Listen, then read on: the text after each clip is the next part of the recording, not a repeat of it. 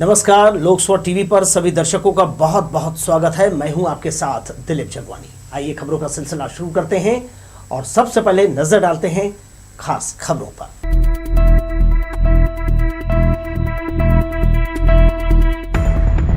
निगम की आम सभा में नियमितीकरण को लेकर मचेगा हंगामा, सवालों की सूची तैयार। योजनाओं की कमियां गिनाने छत्तीसगढ़ पहुंची राष्ट्रीय महिला आयोग की अध्यक्ष, भाजपा सरकारों का किया बचाव। नगर निगम ने नियमितीकरण के मामले में प्रदेश में मारी बाजी, रियायती आवेदन के 1000 मामलों को मिली स्वीकृति। और रमजान का पाक महीना शुरू, मस्जिदों में बड़ी भीड़, सहरी और इफ्तार का बनने लगा माहौल।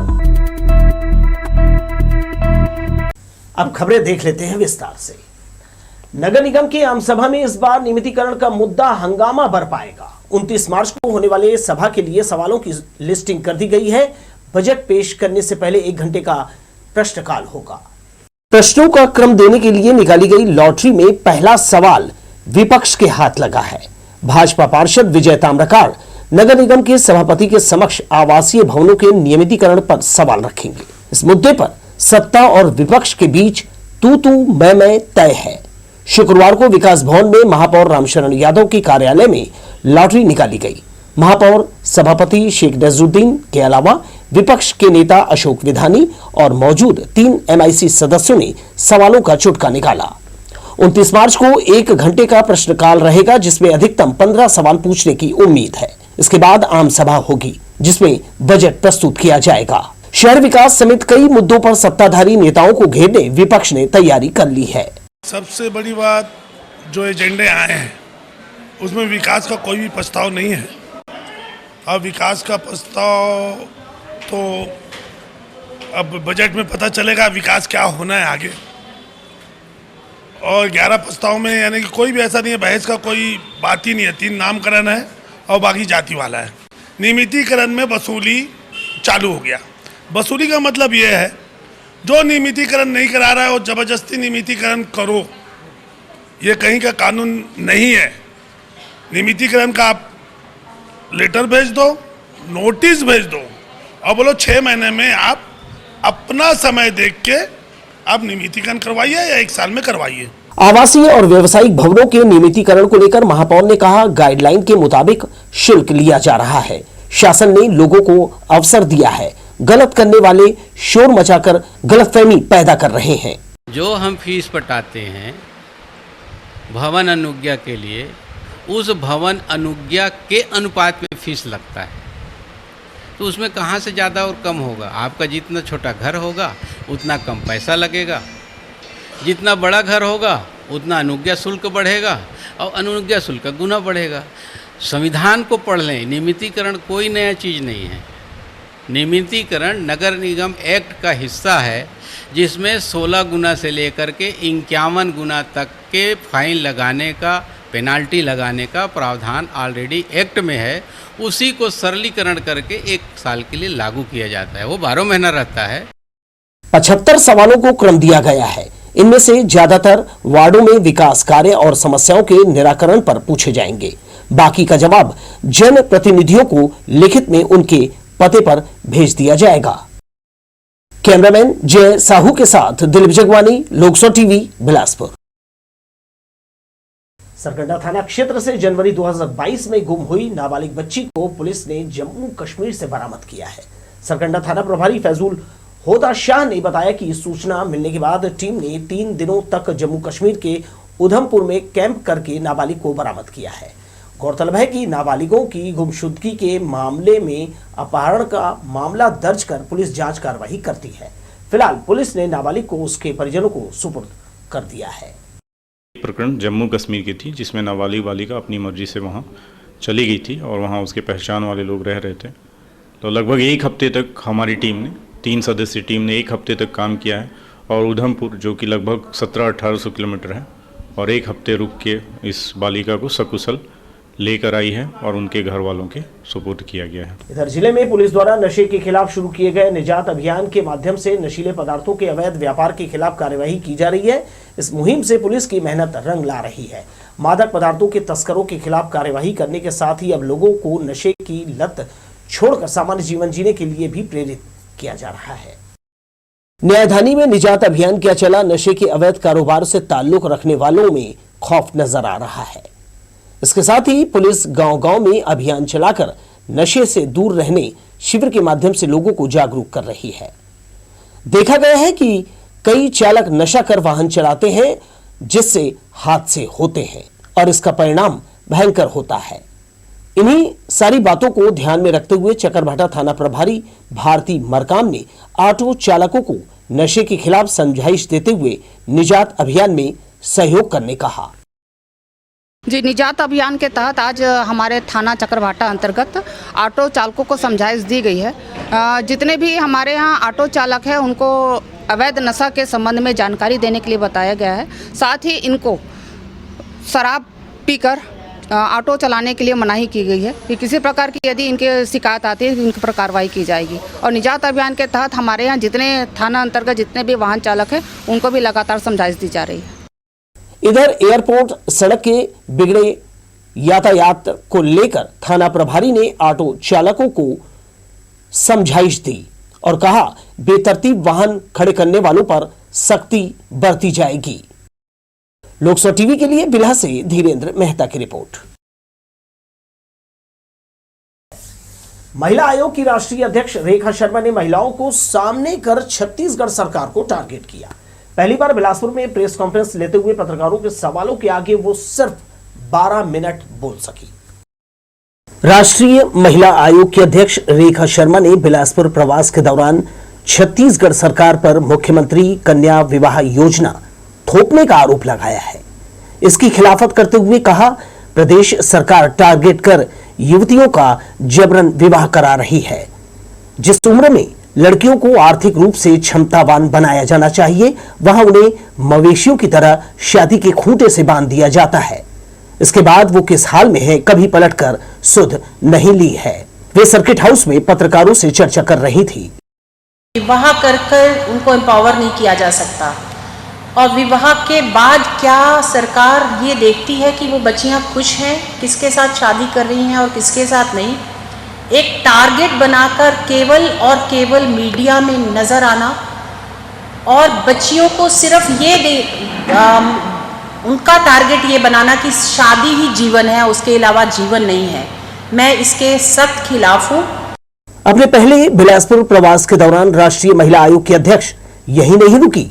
आंकड़ों के हवाले से छत्तीसगढ़ में महिलाओं पर अत्याचार का ग्राफ 4.5 सालों में बढ़ने का दावा करते हुए कहा, यहां महिलाएं अपने अधिकारों को लेकर सजग नहीं है। मेरे पास सबसे ज्यादा कंप्लेंट्स जो हैं, अगर मेरे कंप्लेंट्स की बात करें, उत्तर प्रदेश से आती हैं और दिल्ली से आती हैं। उसका कारण मैं बताऊं, दिल्ली में मेरा ऑफिस है, दिल्ली में वॉक इन कंप्लेंट्स भी होती हैं और लोग इजीली पहुंच जाते हैं। उत्तर प्रदेश हमारे दिल्ली से चारों तरफ से घिरा हुआ है, लोगों को इजीली आता है। छत्तीसगढ़ में थोड़ी दूरी है और लोग अवेयर नहीं है। यहाँ सबसे पहले महिलाओं को अपने अधिकारों का ही अवेयरनेस नहीं है। आयोग की राष्ट्रीय अध्यक्ष ने महिलाओं के साथ होने वाले सबसे अधिक अपराध वाले भाजपा शासित उत्तर प्रदेश और हरियाणा के सवाल पर कहा, जहां जाती हूं केवल वहां के आंकड़ों पर बोलती हूं। इसी तरह भाजपा सरकार वाले मध्य प्रदेश में मुख्यमंत्री कन्या विवाह स्कीम का जिक्र तक नहीं किया। कुल जमा उनका ये बिलासपुर प्रवास राजनीति से प्रेरित दिखा। कैमरामैन जय साहू के साथ दिलीप जगवानी, लोकसभा टीवी, बिलासपुर। 22 मार्च को सरगंडा क्षेत्र के 6 लोग कोरोना पॉजिटिव पाए गए थे। इसके बाद से स्वास्थ्य विभाग फिर से अलर्ट मोड पर आ गया है। वर्तमान में कोरोना वायरस का प्रभाव काफी कम हो गया है, लेकिन इसके बाद भी इक्का दुक्का केस सामने आ रहे हैं। कोरोना से संक्रमित लोगों को एहतियात बरतने की हिदायत दी जा रही है। अरपा नदी के तट पर बनाई जा रही सड़क विस्तार के लिए पुल के बगल से मंदिर शिफ्ट किया जाना है। इसके लिए पास की जमीन तय की गई है। मंदिर शिफ्ट करने के बाद एक छोर से सड़क को पुल के दूसरी तरफ जोड़ने का कार्य किया जाएगा।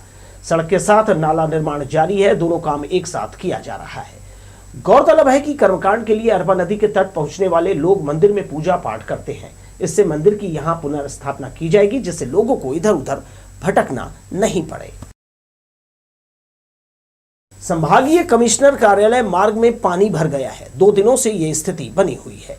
दरअसल बगल में ग्रीन पार्क मैदान में जल निकासी अवरुद्ध होने से यह स्थिति निर्मित हुई है। सड़क पर बहने वाले पानी से आवाजाही करते लोगों को परेशानी हो रही है। इस रास्ते से वीआईपी सर्किट हाउस पहुंचते हैं। ऐसे में महत्वपूर्ण मार्ग में पानी का जमा होना गंभीर मसला हो जाता है। अनधिकृत विकास और भवनों के अवैध निर्माण को रियायती दर में नियमित कराने निगम को लगभग 1000 से अधिक आवेदन मिले हैं। जिन आवेदनों को जांच समिति ने सही पाया, उसमें से अधिकतर को स्वीकृति प्रदान कर दी गई है। शासन के खाते में इससे 3 करोड़ 81 लाख रुपए जमा कर बिलासपुर जिला नियमितीकरण के मामले में प्रदेश का प्रथम जिला बन गया है।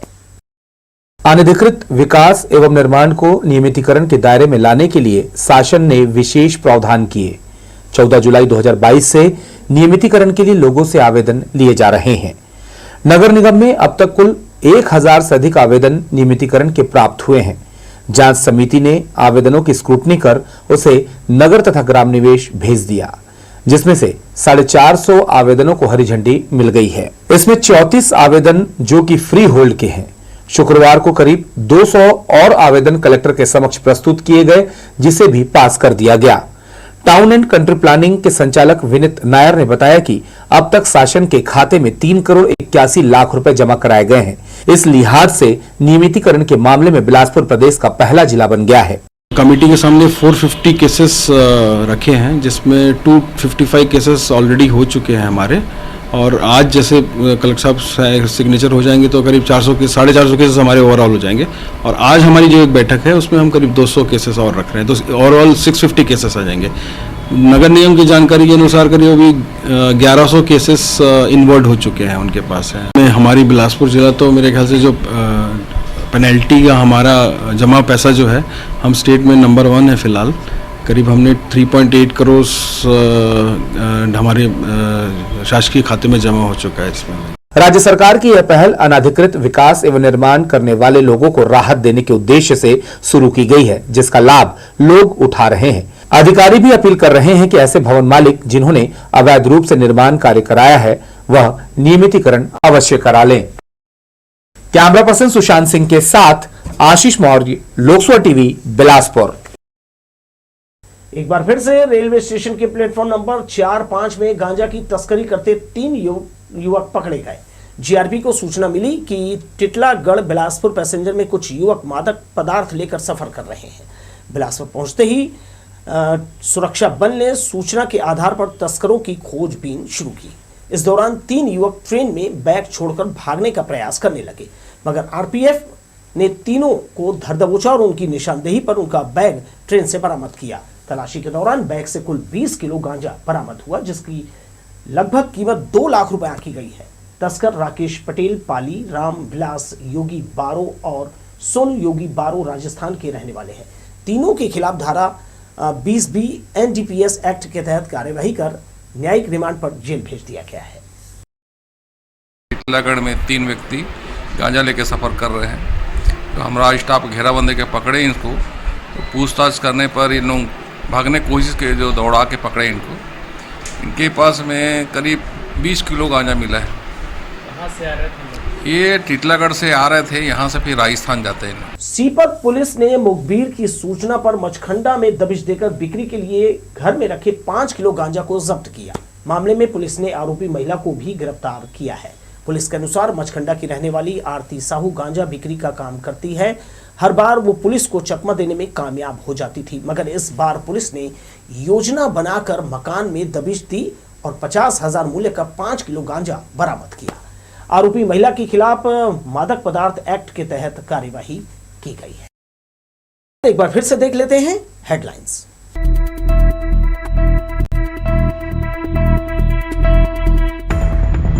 निगम की आम सभा में नियमितीकरण को लेकर मचेगा हंगामा, सवालों की सूची तैयार। योजनाओं की कमियां गिनाने छत्तीसगढ़ पहुंची राष्ट्रीय महिला आयोग की अध्यक्ष, भाजपा सरकारों का किया बचाव। नगर निगम ने नियमितीकरण के मामले में प्रदेश में मारी बाजी, रियायती आवेदन के 1000 मामलों को मिली स्वीकृति। और रमजान का पाक महीना शुरू, मस्जिदों में बड़ी भीड़, सहरी और इफ्तार का बनने लगा माहौल। ब्रेक की इस अंतिम कड़ी में कुछ और खबरें देख लेते हैं। मुस्लिम समुदाय का पाक महीना रमजान शुरू हो चुका है। शुक्रवार को इस महीने का पहला रोजा रखा गया। मुस्लिम मोहल्लों में इस दौरान चहल पहल बढ़ गई। सुबह 3 बजे से लेकर 5 बजे तक सहरी और शाम 6 बजे के बाद इफ्तार के लिए माहौल बनने लगा है। एक बार फिर से हर तरफ नमाज, रोज़े और इबादत का दौर शुरू हो गया है। रमज़ान महीने में हर मुसलमान नेकी लूटने के लिए बेताब रहता है। यह ऐसा महीना है कि इस दौरान लोगों को बेशुमार नेकियां मिलती हैं। इसलिए सुबह सुबह शहरी कर मुस्लिम रोज़ा रहने लगे हैं। दिन भर भूखे प्यासे रहकर एक गरीब, भूखे और ज़रूरतमंद व्यक्ति की तस्वीर जहन में रखकर उसकी पीड़ा को इस दौरान महसूस किया जाता है। शाम को सूर्य ढलने के बाद रोज़ा खोला जाता है। 5 वक्त की नमाज, कुरान शरीफ की तिलावत, तरावी की नमाज पूरे महीने चलेगा। दूसरे दिनों की अपेक्षा इस दौरान मस्जिदों में नमाजियों की संख्या बढ़ जाती है।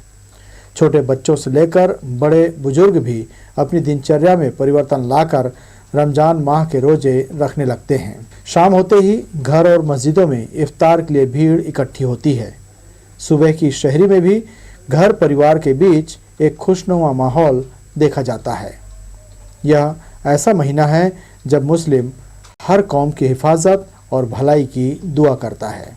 ये रमज़ान का महीने की शुरुआत हो चुकी है और अल्हम्दुलिल्लाह आज पहला रोज़ा है। आज तारीख 24 है, आज पहला रोज़ा है, 24 मार्च है और आज हम सब ने आज से रोज़ा रखना स्टार्ट कर दिया है। इंशाअल्लाह 29 दिन या 30 दिन का रमज़ान शरीफ चलेगा, उसके बाद ईद मनाई जाएगी। तो बिलासपुर के सभी वासियों को हमारे तरफ से रमज़ान शरीफ की मुबारकबाद है। तमाम मुसलमान पूरे अहले दुनिया के लोगों के लिए भलाई की दुआएं करते हैं और अपने लिए भलाई की दुआएं करते हैं और रोज़ा और नमाज और बाकी इबादतों में मशगूल रहते हैं और सर्व समाज के लिए, पूरी दुनिया के मखलूक के लिए, उनकी अच्छाई के लिए दुआएं मांगी जाती हैं और आखिरी में उसकी ईद मनाई जाती है। पहला रोज़ा रखने वालों ने शुक्रवार सुबह 4:45 से पहले शहरी कर ली, जबकि शाम को 6:19 के बाद इफ्तार यानी रोज़ा खोला गया। इसी तरह पूरे महीने सुबह के समय में 1-1, 2-2 मिनट समय कम होता जाएगा। वहीं इफ्तार के समय में उसी तरह से मिनटों में समय बढ़ता जाएगा। लोकसभा टीवी के लिए कैमरामैन सतीश साहू के साथ इरशाद अली, बिलासपुर। गर्मी अभी ठीक से शुरू भी नहीं हुई कि शहर में ट्रांसफार्मर खराब होने का सिलसिला शुरू हो गया है। इसका खामियाजा उपभोक्ताओं को भुगतना पड़ रहा है। बिजली कंपनी जहां लगातार व्यवस्था को लेकर दावा करती है, वहीं तेज धूप और गर्मी से पहले किसी भी तरह की तैयारियां नहीं दिखाई दे रही है। शुक्रवार को व्यापार विहार में ट्रांसफार्मर उड़ने से बिजली व्यवस्था चरमरा गई। इसका कारण ट्रांसफार्मर का रख रखाव समय पर नहीं होना है, लोड बढ़ता है और जिसके कारण ये स्थिति निर्मित होती है। गुरुवार शुक्रवार की दरमियानी रात बिल्हा के टीनाखोली में एक अधेड़ ने फांसी लगाकर जान दे दी। पुलिस से मिली जानकारी के अनुसार मृतक दुधारू रात्रि घर पर अकेला था और शराब पीने का आदी था। सुबह पड़ोसियों ने देखा आंगन में लगे पेड़ पर उसका शव लटक रहा है। आसपास के लोगों की सूचना मिलने पर पुलिस ने जांच कार्यवाही की और शव पोस्टमार्टम के लिए मरचूरी भेज दिया है। इस क्षेत्र से एक और खबर, चकरभाटा हाई स्कूल के पास बावनपरी पर हाथ आजमा रहे 6 जुआरियों को पुलिस ने रंगे हाथ धर दबोचा। चकरभाटा निवासी सुनील बख्तानी, भूपेंद्र उठवानी, दीपक हरियाणी, जेठू खत्री, राकेश वाधवानी और दिनेश पंजवानी से जुए की रकम लगभग 19,450 रुपए बरामद किया है। सभी जुआरियों के खिलाफ 13 जुआ एक्ट के तहत कार्यवाही की गई है। चैत्र नवरात्रि का अभी बहुत ही पावन अवसर चल रहा है। शहर में ही नहीं, पूरे ग्रामीण इलाकों में भी माता के भजनों की जो है आवाज़, अनुगूंज जो है सुनाई दे रही है। अच्छा समय चल रहा है। आप भी इसमें अपना हाथ बटाइए, किसी भी मंदिर, धार्मिक स्थल पहुंचकर इसका आनंद लीजिए, क्योंकि माता रानी का आशीर्वाद उन्हीं को मिलता है जो समर्पण भाव से उस ओर देखते हैं, कुछ काम करते हैं। इसके साथ ही मुझे दीजिए विदा और आप देखते रहिए लोकसभा टीवी। नमस्कार।